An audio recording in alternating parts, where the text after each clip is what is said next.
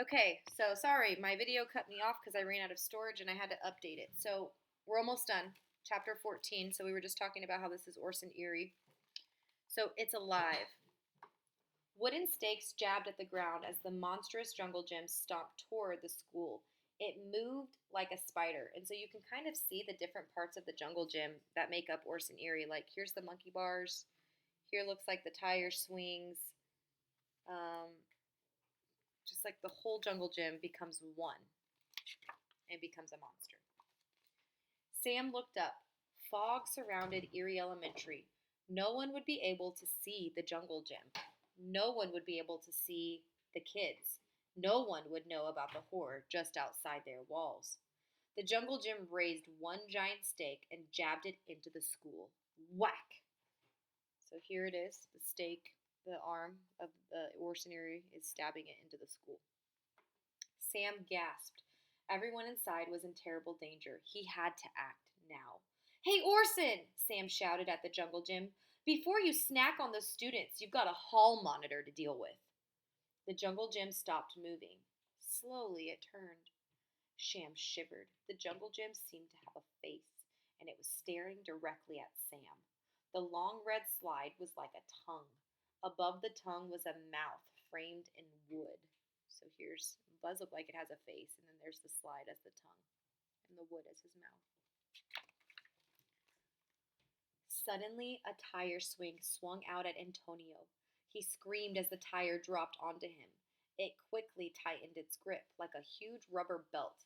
It got me, he cried out. Lucy and Sam raced toward their friend. A climbing pole ripped from the ground and swung at them. Watch out, Lucy shouted as they drove to the ground. Whoosh! The metal pipe swung over their heads. So here's that metal pipe, and they ducked just in time to not get hit by it. Sam and Lucy scrambled to their feet. Lucy shrieked. The jungle gym's climbing net had gotten a hold of her. The net yanked her up into the air. She was like a fly caught in a spider's web. Sam stumbled back. This freaky jungle gym just grabbed both of my friends, he thought. How will I stop this thing? So the jungle gym is mad. So how is Sam going to stop this crazy jungle gym from attacking him and from the students in the school? Sam's mind raced. He thought back to how he defeated Eerie Elementary when it attacked during the school play. He had tossed a huge tub of peanut butter into its mouth to stop it from chomping on Antonio. It's like each horrible creature is a part of Orson Eerie himself, Sam thought. His eyes darted around.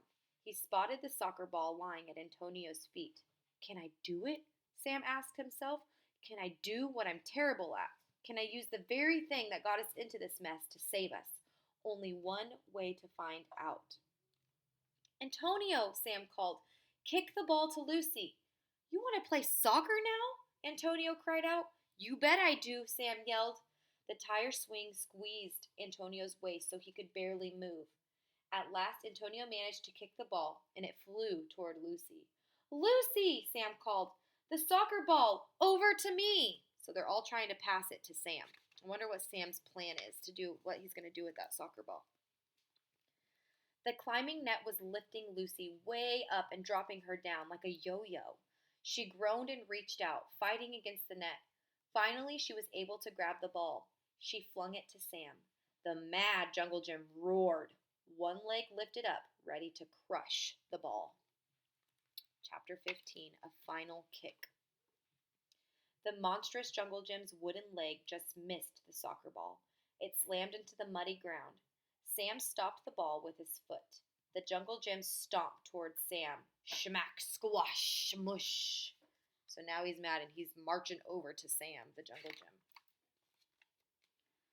The jungle gym slide rolled out like a long red carpet. It snaked around, lashed out, and smacked the ground at Sam's feet. Kick the ball, Sam, Lucy shouted. Hurry, can't breathe, Antonio called. The wooden mouth above the slide was chomping open and closed. Wood splintered with every bite. Sam could tell that the school wanted to scoop him up with the tongue and swallow him whole. This is the moment, Sam thought. Sam pulled back his foot, eyed the soccer ball, and so this is the moment that we're at right here, where Sam is about to kick that ball into the jungle gym's mouth. The ball soared through the air. It whizzed above the tongue. An instant later, the ball disappeared. It had flown directly into the monstrous jungle gym's mouth. Direct hit, Antonio cried. Nice shot, Lucy screamed. Sam caught his breath. For one moment, everything was quiet. Then the jungle gym stumbled from side to side. The two windows above the slide bulged like eyes. The legs shook. The wood cracked. A long moan escaped from its mouth. The giant tongue slide flopped around. The monster was choking.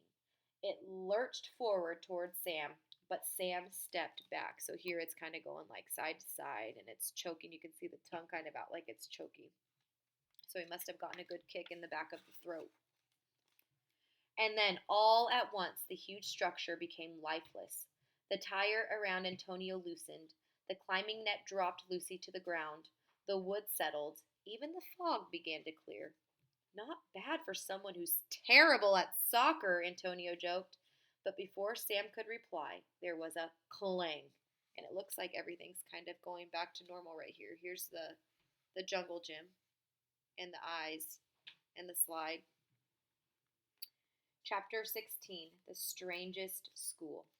The school doors flew open. Sam, Lucy, Antonio, where have you been? Miss Grinker yelled from the top of the stairs. Mr. Nakobe stood beside her. He had a slight grin on his face. Recess ended 30 minutes ago, Miss Grinker continued. 30 minutes ago? Sam thought. It feels like we were gone a lot longer than that.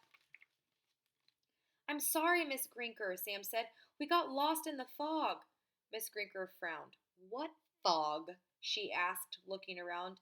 Anyway, a little fog shouldn't keep you from getting to class, especially not if you all want to continue being hall monitors. Miss Grinker stopped as she turned to go back inside. She eyed the jungle gym.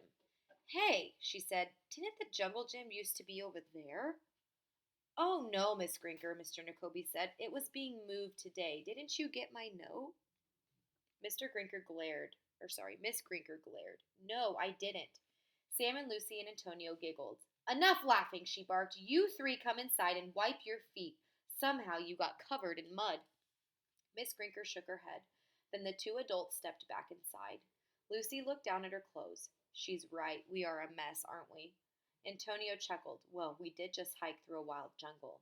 And we braved a hedge maze full of monstrous playground stuff, Sam added. Sam looked around. He looked at the playground. He looked at the woods beyond the playground. Sam swallowed. Lucy, Antonio, he said. Orson Eerie is much stronger than we ever imagined. His powers go past the regular school grounds. Lucy nodded. I'll look closely at Orson Eerie's journal to find anything I might have missed before. Who knows where else his powers reach?